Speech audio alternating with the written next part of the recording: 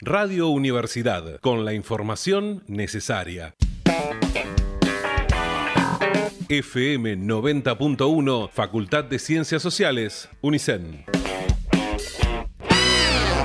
Vamos a dialogar con Isaac Rudnick, director del ISEPSI, Instituto de Investigación Social, Económica y Política Ciudadana, sobre los datos que arrojó el indicador barrial de situación nutricional para el primer trimestre de 2021. Por supuesto, ya lo tenemos en comunicación, así que le damos la bienvenida. Buenas tardes, Isaac. ¿Cómo estás?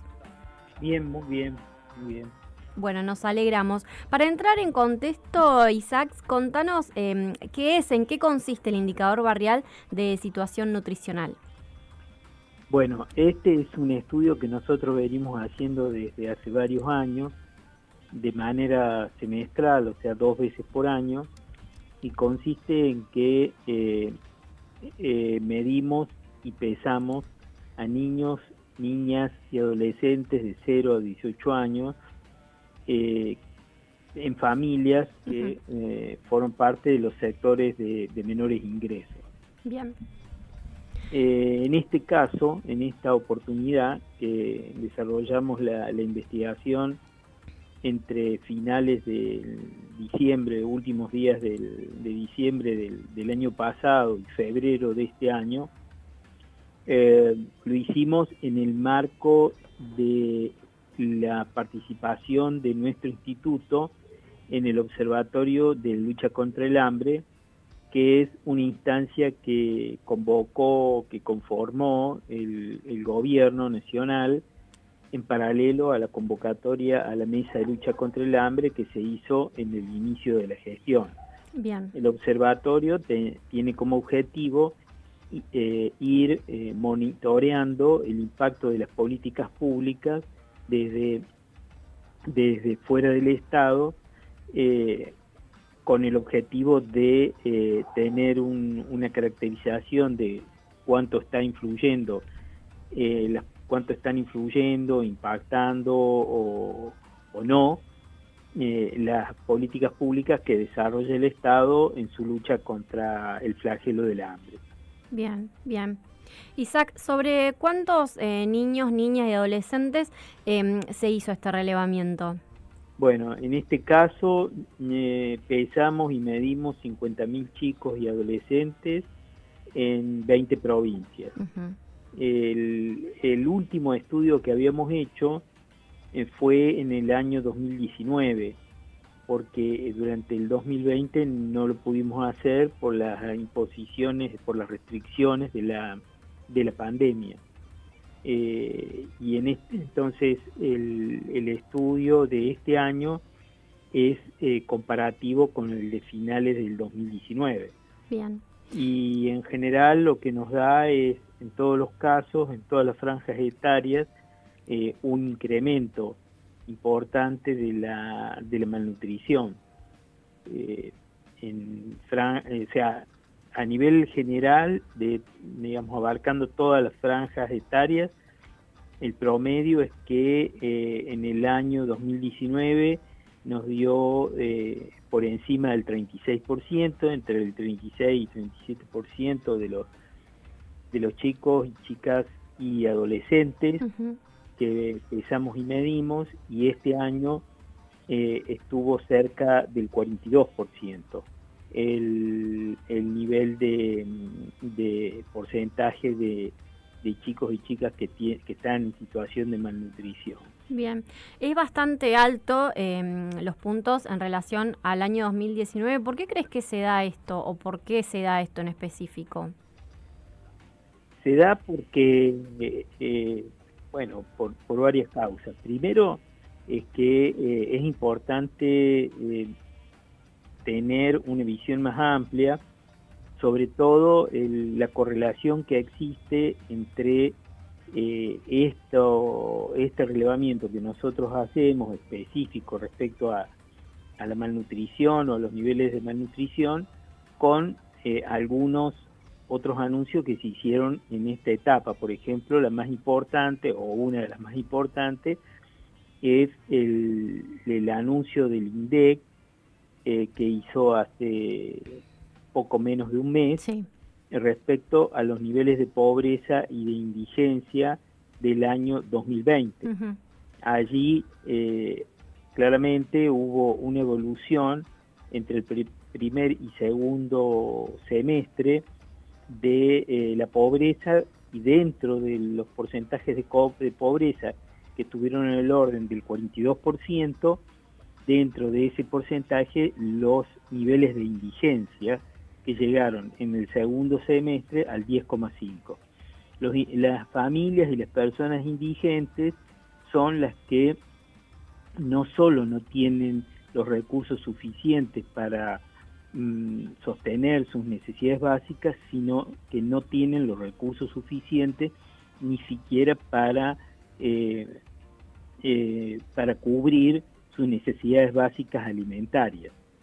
Entonces, en el primer semestre del 2020, la indigencia llegó al 8,5% de la población, y en el segundo semestre llegó al 10,5%. En ese contexto es que nosotros desarrollamos el estudio sobre los niveles sobre las características de la nutrición que tienen los chicos y chicas, y entonces ahí estamos observando un correlato entre el incremento que se da a lo largo del 2020 de la indigencia y el incremento que se da en los niveles, en el porcentaje de malnutrición.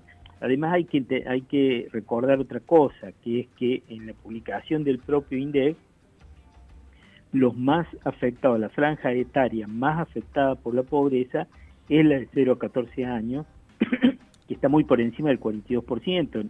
En esa franja etaria llega al 57%. Siempre de acuerdo a la publicación oficial. Obviamente, el hecho de que las familias no tienen ingresos suficientes para cubrir sus alimentos no es gratuito, porque lo que sucede es que se van corriendo de la adquisición de los alimentos indispensables, ricos en proteínas, ricos en vitaminas como carnes, lácteos, verduras, que son indispensables para una nutrición adecuada, sobre todo en las franjas de 0 a 18 años, porque atraviesan periodos de crecimiento. Cuando no están esos ingresos, se van corriendo a alimentos que son ricos en harinas, en grasas, claro, y no en proteínas. Son alimentos que llenan la panza, pero que no tienen los nutrientes indispensables para sostener una nutrición adecuada. Exactamente. Isaac, ¿qué es lo que puede provocar esta malnutrición en los niños, niñas y adolescentes si no se logra detener su avance? Y provoca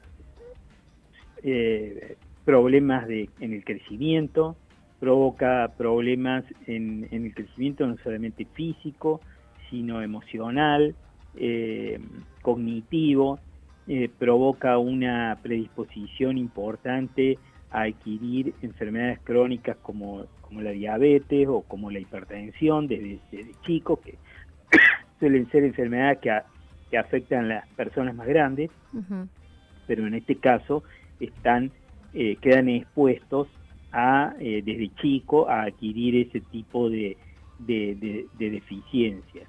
Y también desde el punto de vista emocional, porque los chicos obesos, los chicos con sobrepeso, siempre son blancos más pasibles de ser blancos de bullying en la escuela, una serie de situaciones sociales que le genera todo tipo de dificultades desde el inicio de su escolaridad. Tal cual. Bueno, la verdad que los datos son interesantes, es para prestar atención. Isaac, ¿cuál consideran que es el camino correcto para evitar o solucionar esta situación?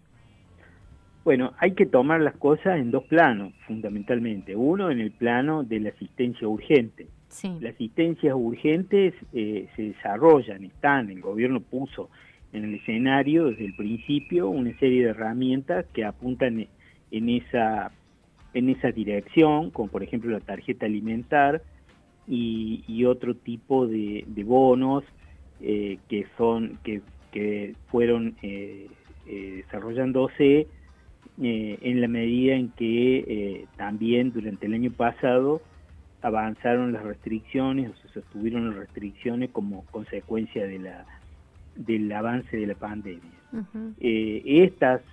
Nosotros evaluamos el impacto de estas ayudas en un estudio previo que dimos a conocer en enero, y claramente ahí se detectó que instrumentos como la tarjeta alimentar habían sido, o siguen siendo, porque la tarjeta sigue funcionando, es un instrumento importante que permite a las familias eludir en alguna medida las consecuencias más negativas de la situación que provoca la crisis y la crisis económica previa y la pandemia, digamos.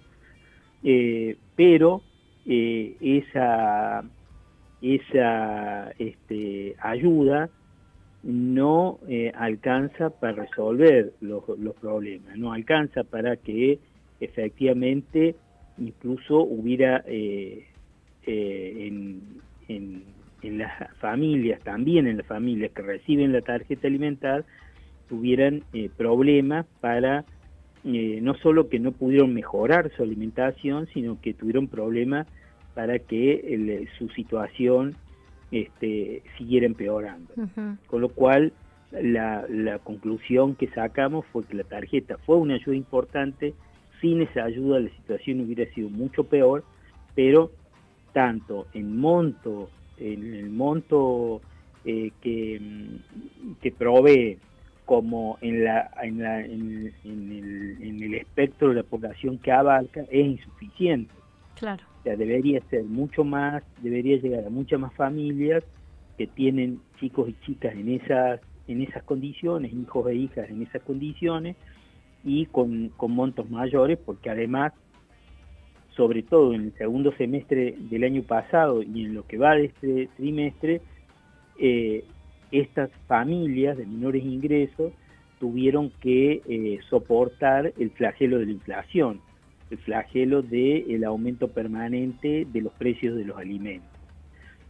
Y la otra cuestión, la otra manera, digamos, que hay que encarar, que el gobierno ha dado algunos pasos, pero desde nuestro punto de vista son pasos tímidos todavía, sí, y también insuficientes en la generación de empleo, de una oferta de empleo dirigida específicamente a estos sectores que tienen una cantidad de dificultades importantes para acceder a empleo, por dificultades en la preparación, por dificultades en sus capacitaciones. Entonces, la necesidad de desarrollar programas muy agresivos que combinen la oferta de empleo con capacitaciones y con elementos que den facilidad para que se generen emprendimientos, para que se generen cooperativas, para que se generen distintos tipos de oferta de trabajo. Esto último es el elemento fundamental, esta última es el instrumento fundamental, porque si no, no salimos, y esto ya lleva varios años, sí, mucho más allá de este gobierno y mucho más allá del gobierno anterior, no podemos salir del parche sobre el parche con una función meramente asistencialista y que no permite que efectivamente haya un horizonte de salida para las personas y para las familias que hoy están atravesando esta situación de pobreza y muchos de ellos de indigencia. Sí, sobre todo la incidencia, tan particular que estamos atravesando debido a la pandemia, donde, vos mencionás estas herramientas como las tarjetas alimentar, que en principio funcionan como paliativos, pero se estancan ahí en el momento de resolver la situación, digamos. Claro, o sea, son paliativos que no resuelven. O sea, lo que ha habido fundamentalmente de parte del gobierno son muchas medidas transitorias, porque son bonos que duplican tal o cual remuneración por única vez, un incremento de un bono de fin de año que se da por única vez, bueno, y así sucesivamente. Son todas medidas transitorias, pero para abarcar o para instalar, para trabajar sobre situaciones que no son transitorias, porque ahí hay una franja de nuestros compatriotas, de millones de argentinos y argentinas, que ya llevan varias generaciones en la pobreza, y dentro de eso varias generaciones también en la indigencia. Y bueno, y en el último año, en los últimos 2 años, o más, quizá en los últimos 3 años, porque son fundamentalmente los 2 últimos años del gobierno anterior y lo que va de este, por distintas causas, ha habido un incremento de las familias y de las personas que antes no estaban por debajo de la línea de pobreza y ahora han llegado a esa situación. Pero esa es una franja del 42% de pobres que hay hoy, ya la franja superior. Pero por debajo de eso hay una franja que está entre el 25 y el 30% de la población que nunca salió de la pobreza desde el inicio de esta década. Entonces ahí hay una situación que no puede ser tratada como transitoria, con remuneraciones que se incrementan solo por un mes, o ayudas como el IFE, que se anunciaron para ser mensuales y después solo pudieron ser transferidas 3 de ellas durante 7 meses. O sea, situaciones que no alcanzan claramente a abarcar la gravedad de la situación, y después esto se refleja en que los números se incrementan, que los porcentajes se incrementan. Así es.